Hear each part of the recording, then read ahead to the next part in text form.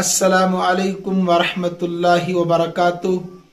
ایک طالب علم نے سوال پوچھا ہے، با جماعت پڑھی جانے والی 5 نمازوں میں سے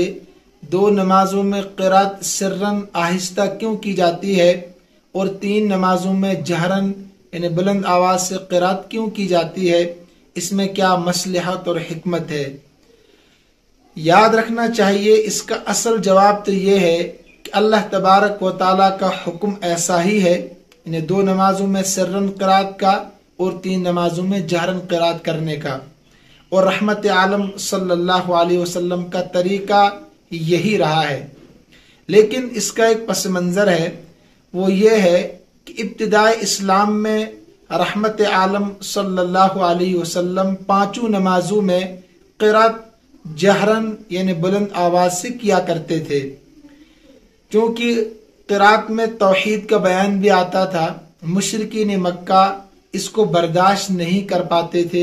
جب وہ قرآن کریم کو سنتے، بطور خاص توحید کا بیان سنتے تھے، تو لہٰذا جب رحمت عالم صلی اللہ علیہ وسلم جماعت کے ساتھ نماز پڑھاتے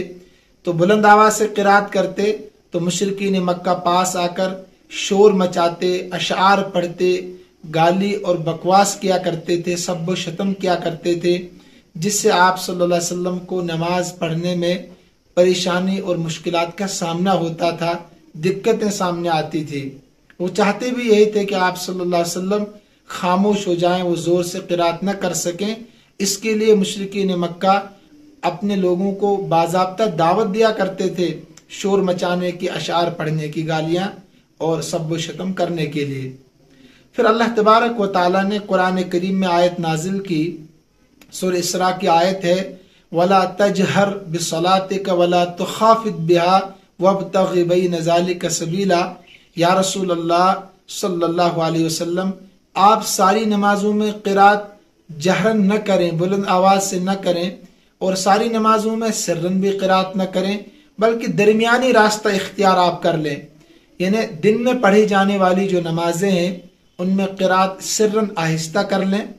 اور رات میں پڑھی جانے والی جو نمازیں ہیں ان میں قرات جہرن یعنی بلند آواز سے کر لیں۔ تو رحمت عالم صلی اللہ علیہ وسلم نے ظہر اور عصر میں سرن قرات کرنا شروع کر دیا، اس لیے کہ دن میں مشرکین مکہ بالکل تیار رہتے تھے ستانے کے لیے، شور و شغب کرنے کے لیے،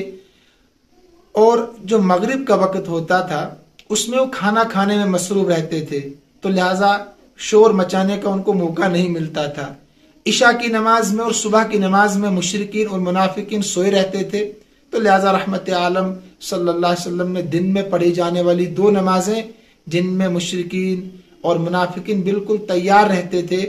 آپ صلی اللہ علیہ وسلم اور صحابہ کرام کو تکلیف پہنچانے کے لیے، شور شرابہ کرنے کے لیے، ان میں قرات سرن کرنی شروع کر دی، اور رات میں جو پڑھی جانے والی نماز ہے مغرب میں وہ کھانا کھاتے تھے، اس میں مصروف رہتے تھے، عشاء اور فجر میں سوئے رہتے تھے۔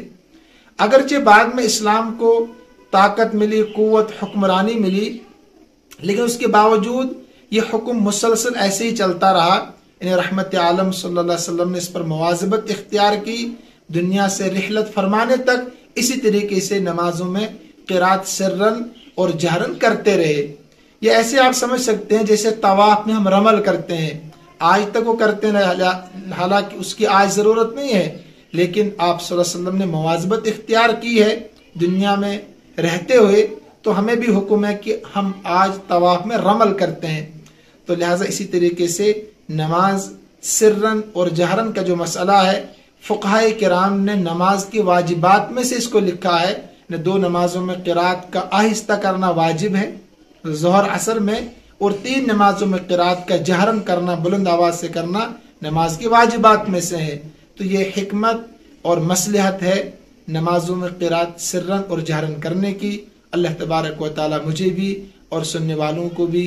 با عمل اور نمازی بنائے۔ اللہ تبارک و تعالی ہم سب کا خاتمہ ایمان پر فرمائے۔ السلام علیکم ورحمۃ اللہ وبرکاتہ۔